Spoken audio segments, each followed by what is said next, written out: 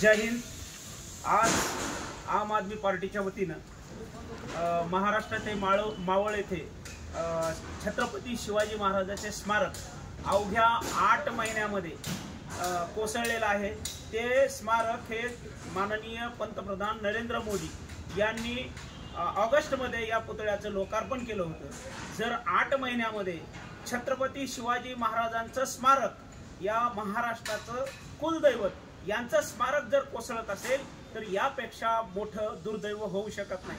या देशामध्ये ज्या पद्धतीनं काम चाललं आहे, गडबडीनं आणि लोकार्पण करून लोकांकडून वाहवाई लुटण्याचं, राम मंदिर असेल हे देखील गळालेले म्हणून बातम्या आल्या, संसद भवन असेल हे देखील गळाले म्हणून बातम्या आल्या। ज्या ज्या ठिकाणी पंतप्रधानांनी उद्घाटन केली ते पूल असेल, रस्ते असतील, संसद भवन असेल, जर ही यासारख्या वस्तू देखील जर पडत असतील आणि कोसळत असतील, यापेक्षा मोठं दुर्दैव या देशात होऊ शकत नाही।